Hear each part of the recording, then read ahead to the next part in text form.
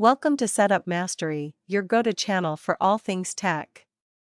Here, we explore the latest gadgets, unbox cutting-edge devices, and provide step-by-step installation guides to help you optimize your setup.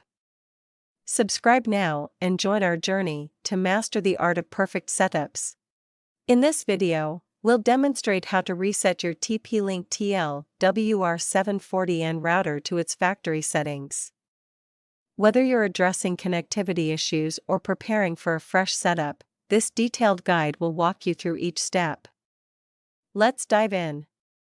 Resetting your router can address several issues, including forgotten passwords, connectivity problems, or preparing the device for sale or transfer. It's a useful step for troubleshooting and starting fresh with your network setup. To start, locate the reset button on your TP-Link TL-WR841N router. This tiny, pinhole-sized button is typically found on the back of the device.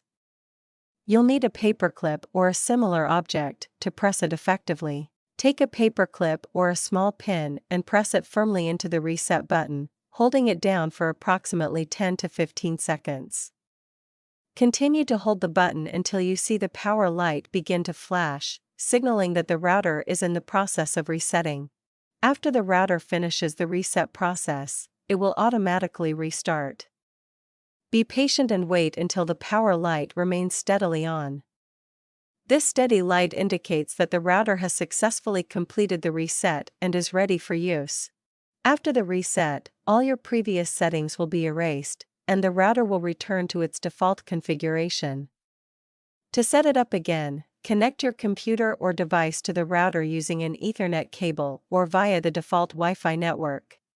If you encounter any issues or need help, our expert team is ready to assist you. For support and guidance, don't hesitate to call us at 323-471-3045. Feel free to leave a comment below with any questions you may have. And that's how you reset your TP-Link TL-WR841N router. If you found this video helpful, don't forget to give it a thumbs up and subscribe to our channel for more tech tips and tutorials. If you have any questions or run into any issues, leave a comment below, and we'll be happy to assist. Thanks for watching.